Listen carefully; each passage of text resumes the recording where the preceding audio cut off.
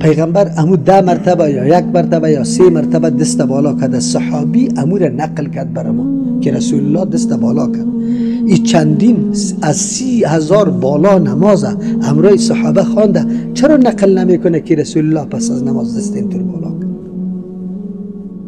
وقتی که تو بالا میکنی این کار خوب میگی، این کار عبادت میگی، این را موجب ثواب میدونی، تو سری پیغمبر انتقاد میکنی که پیغمبر از پیغمبر کده ما 1 درجه بالا شدم، پیغمبری کار نکده ما میکنم.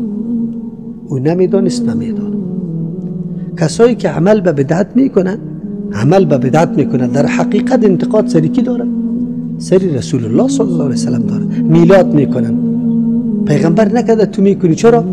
یعنی تو از پیغمبر کده بالاست، موقفی بالا داری، عبادت هم میشناسی، ثواب هم میشناسی. پیغمبر نمیفهمید که این عبادت است و این ثواب داره.